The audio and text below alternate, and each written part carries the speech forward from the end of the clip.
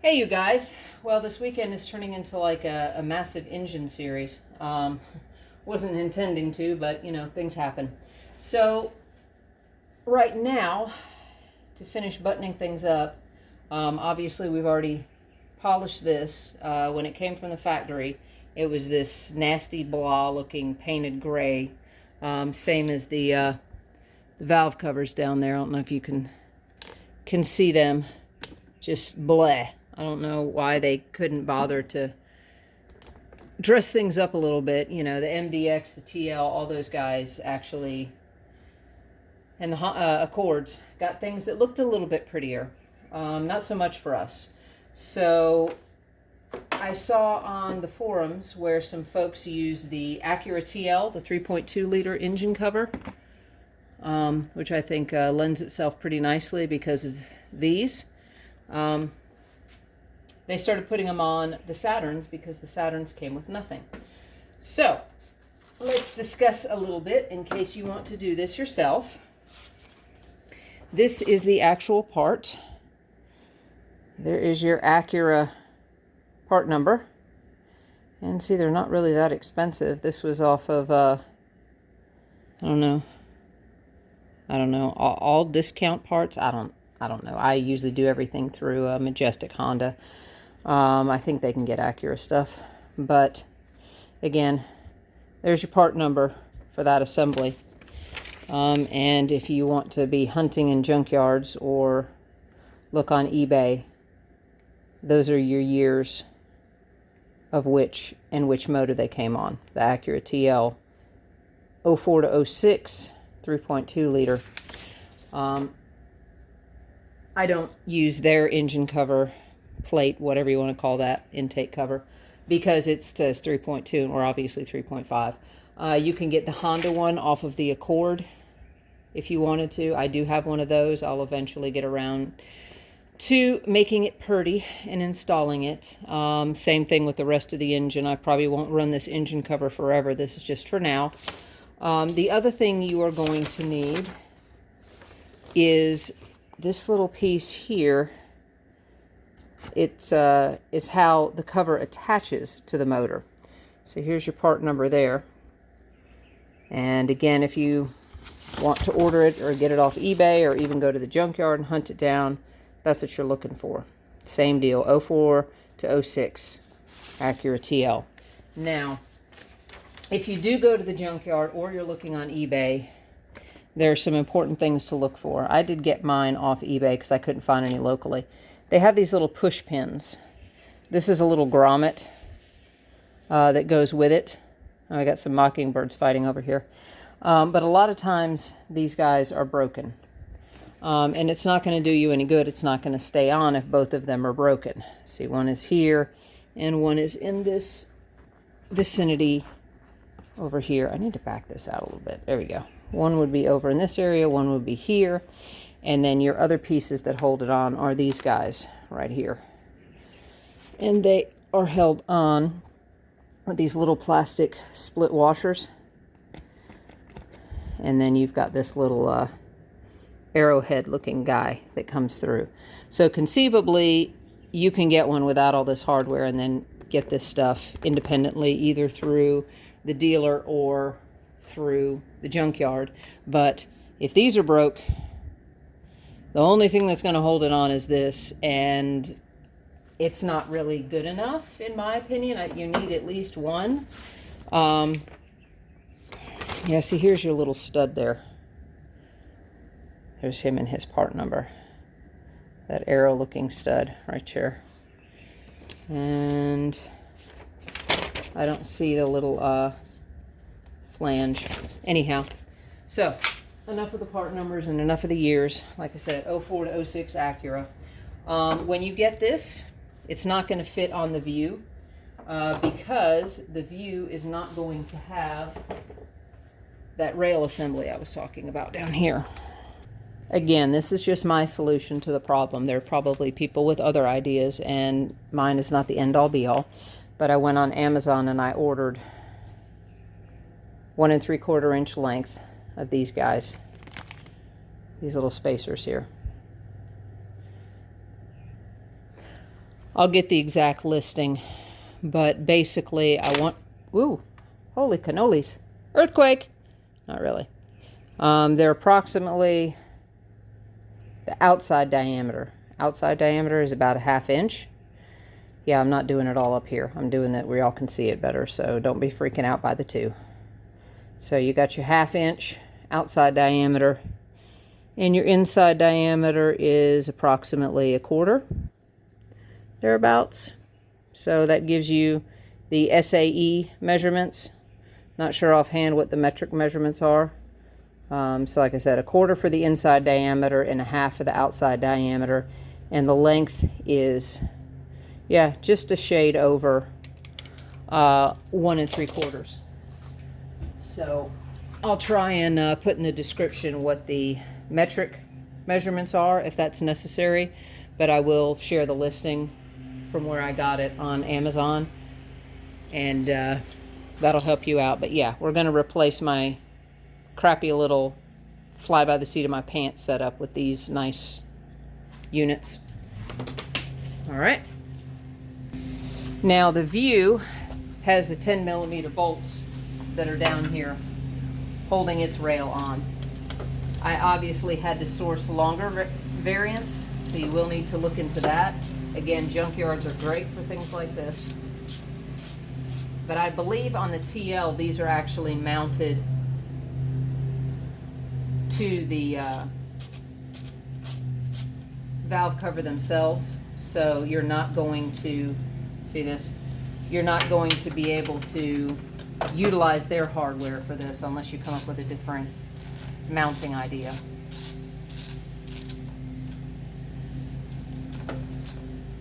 But I happen to have these from, where did they come? I don't know.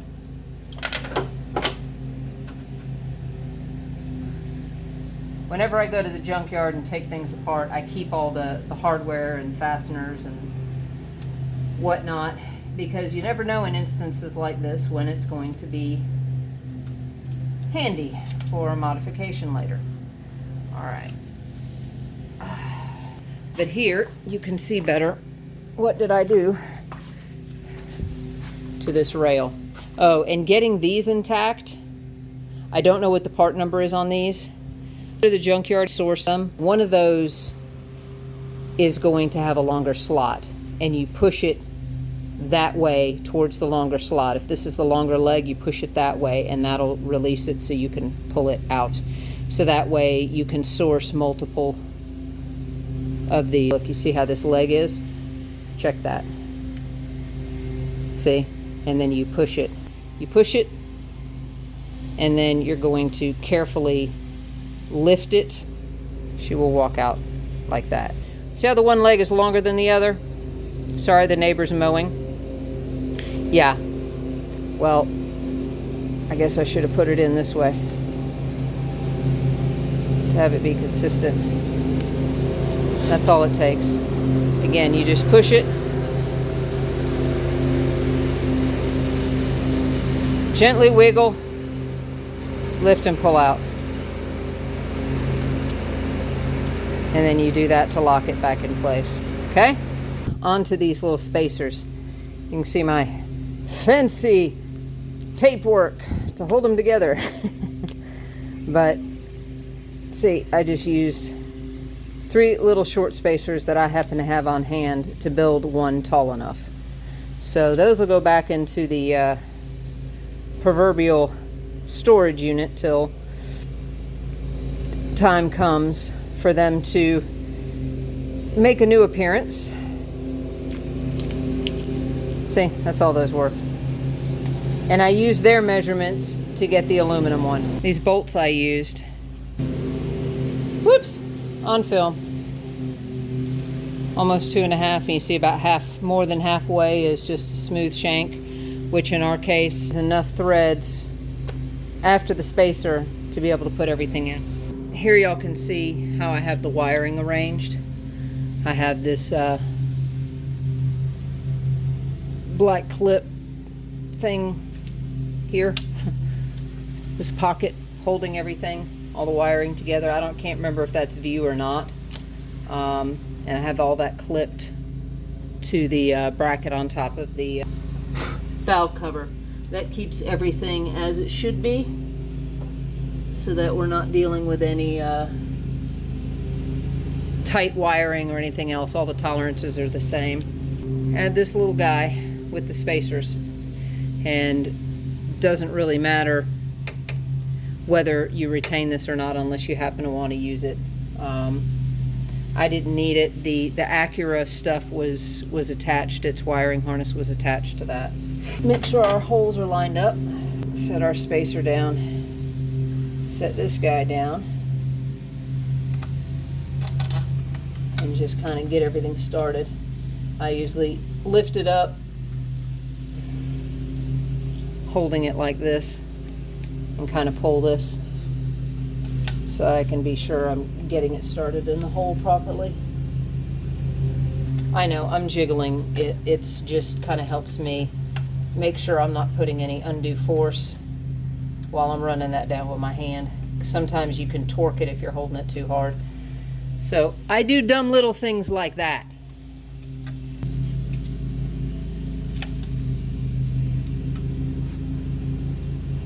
Doing all this with my hands. I'm not going to use any power tools on this. I don't want to strip anything. But you see how it's kind of off center. How this end almost lines up with this piece here. So pay attention when you take stuff off, or I guess you can just use me as a guide, mine as a guide. All right, so we have that down. We're just going to do our little tightening.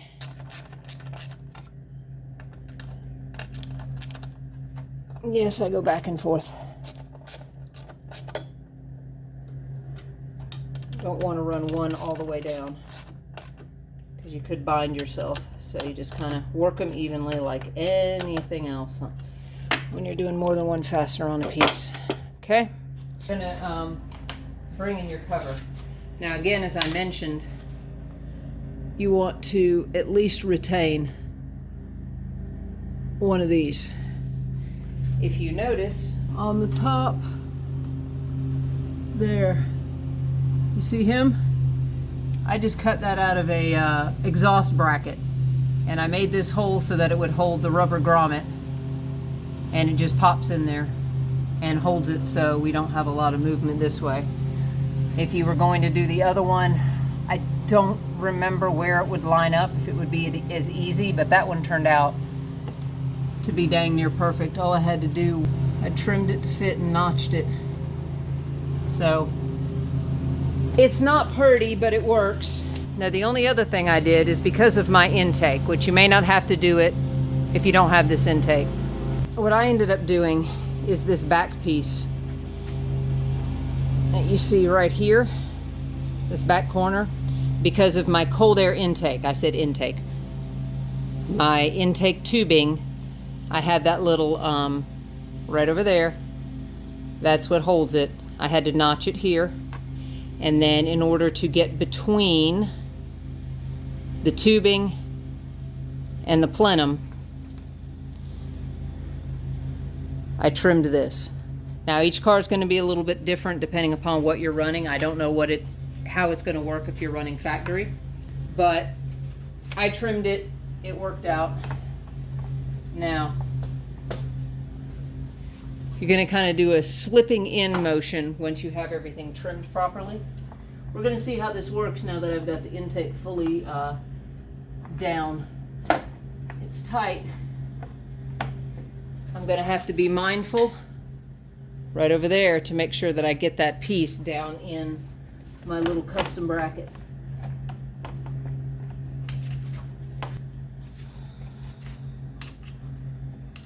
All right, I couldn't really snake anything in there. See, the mechanic took this off, and when he did, I had put the grommet in the bracket, which I think I'm going to end up redoing. Hang on. Gentle so you don't snap any sensors. So I'm going to pull him off. All right. I used these guys. See, Now he's starting to come off. So I'm going to carefully pull him off. That's what those look like. You want to try and get those off the cars. There. The rubber just wasn't wanting to cooperate. But see, that's what this piece looks like.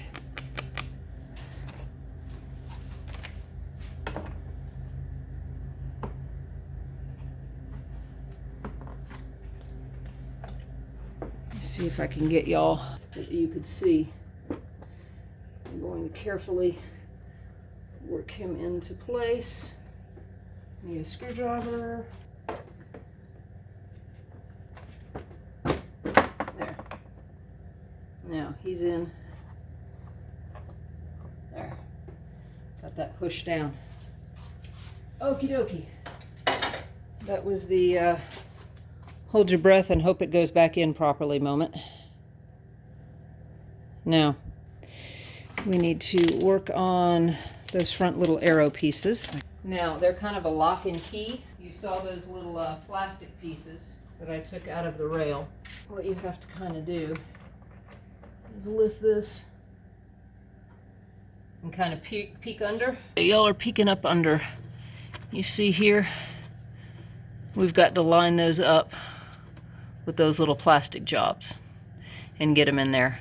And that's why I had to play so hard with the alignment of this piece, and that's why it's shaped the way it is, so that I could line all those guys up with all of those slots going all the way down. Now, of course, I'm not going to be able to do this with y'all and do it. I need all my hands, so I'm just going to do it, and you see what I'm going through. Now, just so you know, the slats are this way on the intake, the actual rail. The slats are this way. Those arrows, you want these facing straight up and down. You put them in and you turn them click to lock. You push it in, click to lock, push it in, click to lock. That's the orientation of everything. I just kind of pulled these guys up and kind of wiggled the intake a little bit and took a peek. And there I can kind of feel it dropping down. Okay. And once you feel them in there, then you're going to take something gentle. This stuff's just plastic, so I use these. Lock it, push it down, lock it, push it down, lock it. Boom. That's it. Now you look like you're fancy pants. Like it came from the factory like that. So goes our engine cover tutorial. So you guys see, this is how the intake looks with the engine cover on there. Again, the mechanic had taken it off when we were dealing with the timing issues, the timing belt breaking. So I hadn't put it back on because I wanted to show you guys how it worked. You can see it sits nice and level like it's supposed to. And there we are with our intake, everything looking good. Intake down here under the headlight. Everything is secure. Everything's tight. And we were able to install and remove the engine cover with the intake in place. So I've improved that significantly from how it was, because I had it set up, you know, flying by the seat of my pants just to get it in there and get it done. And you can see our engine oil cap is accessible, as is the dipstick to check it, albeit I don't know why they put it this far under. That poor planning, GM, poor planning. Whatever. Again, they used the motor from Honda, so I doubt they were going to re-engineer the core support for it. So anyway, that's it. Enough yapping. Y'all know me. I yappity yap yap yap yap. So I hope that helps. I know some of y'all wanted to know all the parts to do it and how to do it. You're just going to have to play with the alignment on these guys. So every engine's going to be slightly different, again, because of whatever your intake design is. So, all right. Take care. Bye.